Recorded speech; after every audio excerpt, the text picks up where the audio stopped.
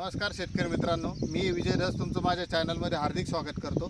आज जे की आपण जे मिरचीची जी सुरूची लागवड आहे, नवीन लागवड केलेली आहे, त्या प्लॉटमध्ये आज आपण इथं आलेलो आहे। आपण जे नादी शेतकऱ्याचा परिचय जाणून घेऊ। दादा तुमचं नाव? जयराम चंद्रभाषा, गाव गंगापूर। आणि हे प्लॉट किती आहे? 4 एकर। 4 एकरचा प्लॉट आहे। आणि तुम्ही जे औषधाचं नाव सांगा, कोणतं औषध सोडलं होतं? Jumbo kit. जम्बो किट औषध सोडलं होतं यांनी।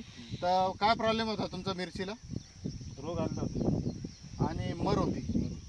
आणि मग तेव्हापासून तुम्ही बघू शकता की इथं तुम्हाला जे की जुने झाडं मेलेले दिसत आहे, बरोबर आहे का? पण तेव्हापासून औषध सोडल्यापासून कुठं दिसते का मर तुम्हाला?